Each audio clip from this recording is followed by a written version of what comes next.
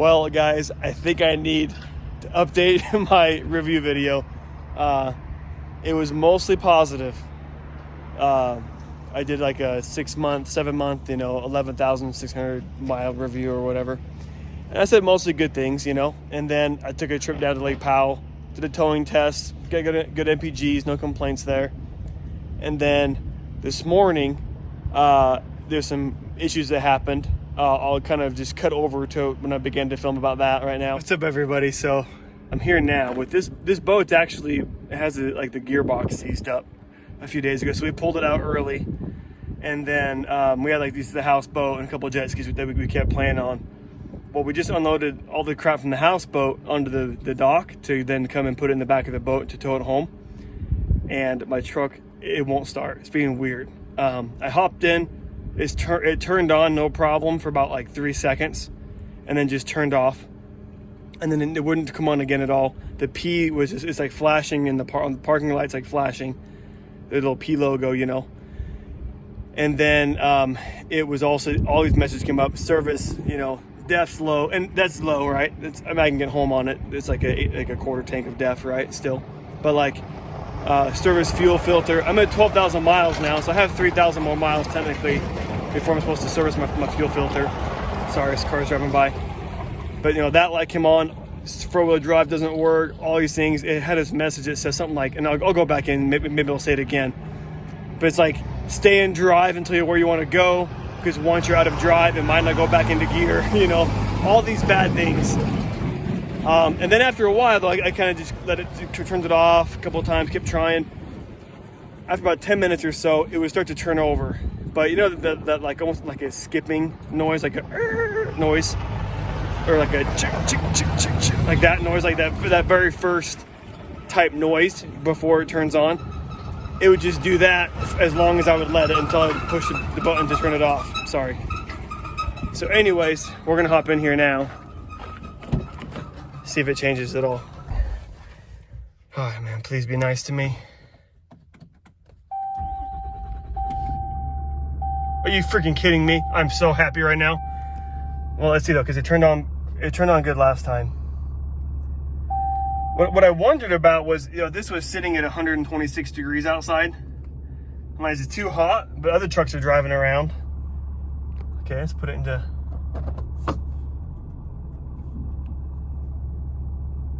Huh. What in the crap? I'll tell you what. I'm really happy right now. So I'm gonna keep this video rolling. I gotta go park my other car though. I need to go park that one somewhere. Well, hopefully this keeps on going fine. It was really weird last time. It just was not happy, and I couldn't figure it out. Well, okay. I'm still gonna upload this because I'm still curious. I put it in a tight spot because after about 15 minutes of trying to get this thing going, I walked back down to that boat ramp, and you know how hot it is outside here at Lake Powell. Freaking gonna die. But I walked back down there, got on a jet ski, drove out to the houseboat, which is over there getting gas, to get the keys for the other truck to come and start loading that up instead. So, it's definitely a pain in the butt still, but at least it's on. So I went back to the messages to see if I could to show you all the messages I was getting, because it was terrifying stuff. It was stability control system's out, ABS is out. There was one that says hey, stay in drive until you're at your destination, because the transmission is going to lock up once you put it in park, or whatever. So some pretty crazy messages. Now all I'm getting is DEF, which that might be an old message, because I did have a problem with my DEF system as part of that light that came on or whatever, and my DEF is low. See that? I just have to add some DEF. So, but this one stayed on so far, and I don't know. I kind of know what it means. I know what it means just based upon. Sorry, I'm driving here. I know what it means based off what it says, but I guess we'll see if it stays on or not. I'll let you guys know if it stays on and what has to get fixed. Okay, and then coming back over here, as I was leaving Lake Powell, because it did come on, which is fantastic. But then a DEF light came on to service the DEF system. I'm here with my eldest. We got multiple kind of cars doing a little caravan here. And the saga of my truck continues. So that little red, that's like the throttle control light. Check engine light's on. The DEF system light is on. And I thought it was just on at first because, like, you know, when you hit a quarter tank of DEF, then the light comes on. When I drive, though, basically there's like, I use an 1/8 of a tank of DEF per fill up of diesel. So as you can see, I have 2 full fill-ups of diesel left. Sorry, it's bumpy, guys. I have 2 fill-ups of diesel, like, or so I have like 1,000 more miles of, or not 1,000 more miles. I have like 800 more miles of DEF, basically. It's saying that my system is jacked. And I have to go get a servicing, and in 78 miles, then I will go into Limp mode. And the problem is that it's Monday night. It's almost 9 o'clock right now. There's no dealers open. I'm on the road in a caravan of 4 cars. And I'm 162 miles away from home right now. So that sucks tremendously. And I topped off with DEF to make sure it wasn't that, even though it showed I still had a quarter tank, which is about 800 miles worth of DEF. Didn't do a thing. It still shows I'm at a quarter tank of DEF, actually. And I have 11 miles left before I'm in like Limp mode, 5 mile per hour maximum. The biggest problem is that I'm like 150 miles from home still. And in the town that I'm in, there's not even a Ram dealership to be able to service it in the morning. So I'm gonna sleep in the back of my truck. My dog's with me and everything. I sent some kids with the other cars, but he couldn't fit in the other cars with them. So just me and my dog will be sleeping. And I don't know, maybe here I might just, sorry, it's loud.